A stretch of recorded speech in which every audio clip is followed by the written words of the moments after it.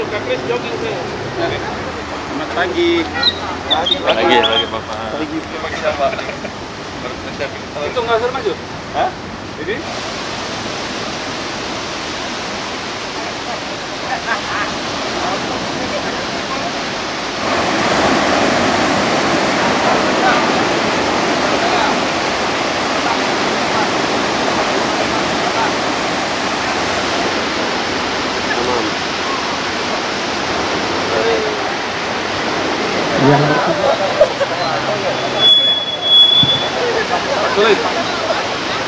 Cepat, biar jalan. Stikernya mana? Stiker. Siap.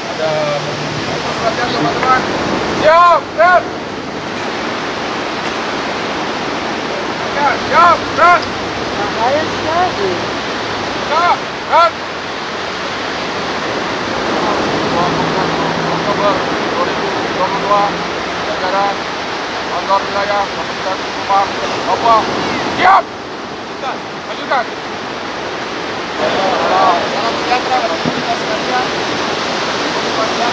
Selamat pagi. Pagi, luar biasa. Tepuk tangan dulu untuk semua. Kendarai yang mau arah Amadi, yang mau arah ke AB, kita dengan tertib menghentikan sebentar, membagi stiker yang ada. Tetap fit.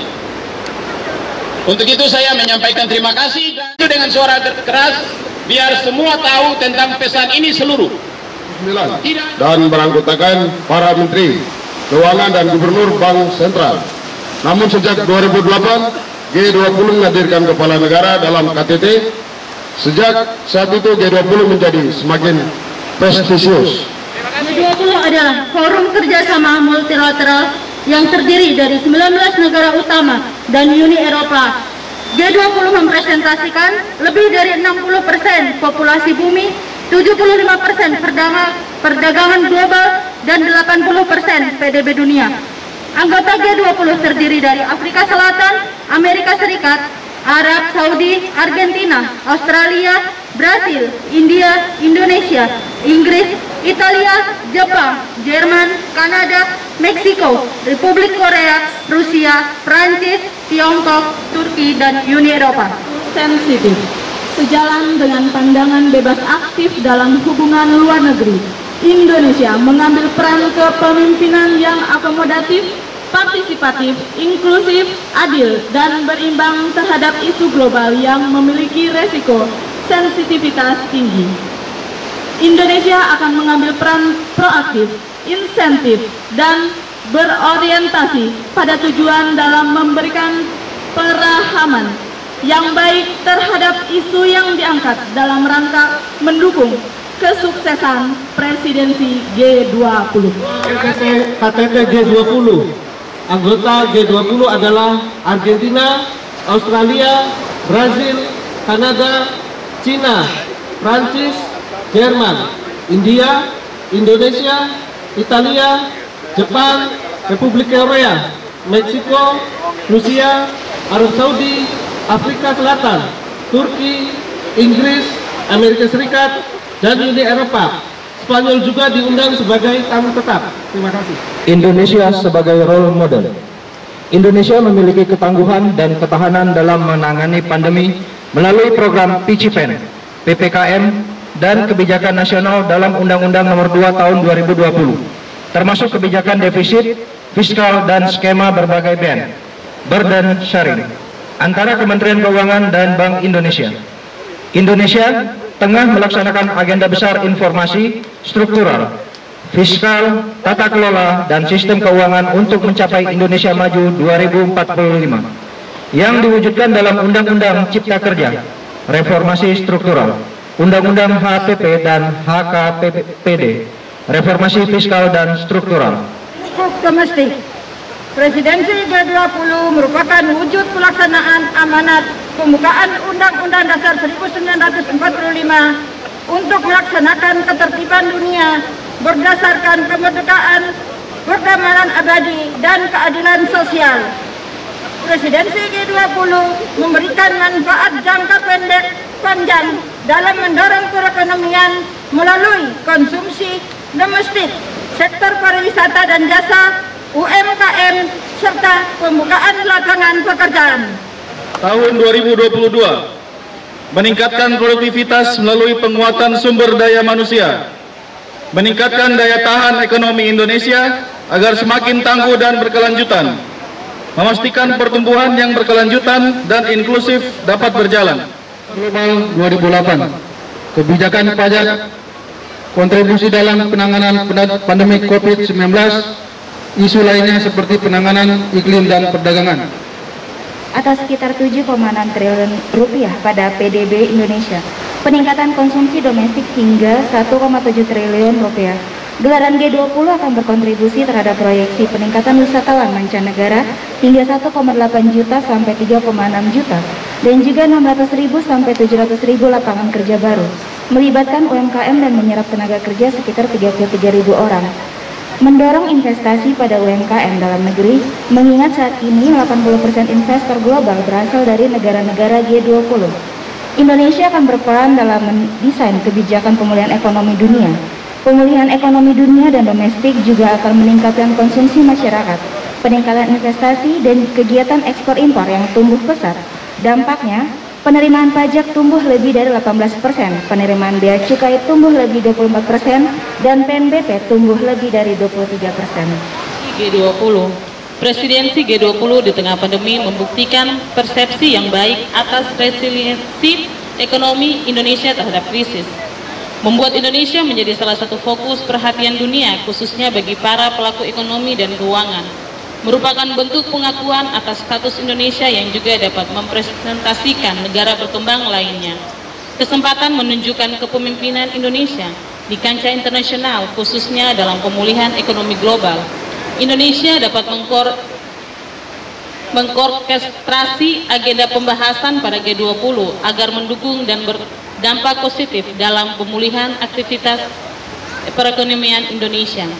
Pertemuan-pertemuan G20 di Indonesia menjadi sarana memperkenalkan pariwisata dan produk unggulan Indonesia kepada dunia internasional, sehingga diharapkan dapat turut menggerakkan ekonomi Indonesia. Momentum presidensi ini hanya terjadi satu kali setiap generasi, kurang 20 tahun, lebih dari 20 tahun sekali, dan harus dimanfaatkan sebaik mungkin untuk memberi nilai tambah bagi pemulihan perekonomian Indonesia. Salam sehat semua, pagi ini dari Pantai Oltekan.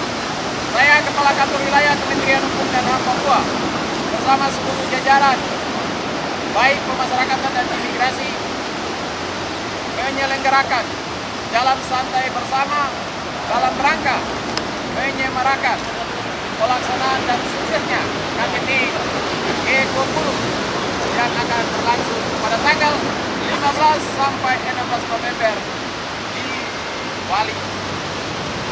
Salam pembaruan! Salam pembaruan! Salam pembaruan! Kanwil Kemenkumham Papua! Kanwil Kemenkumham Papua! Kanwil Kemenkumham Papua!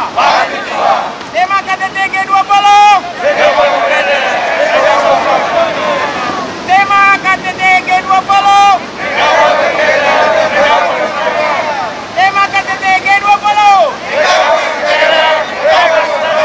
Perwakilan.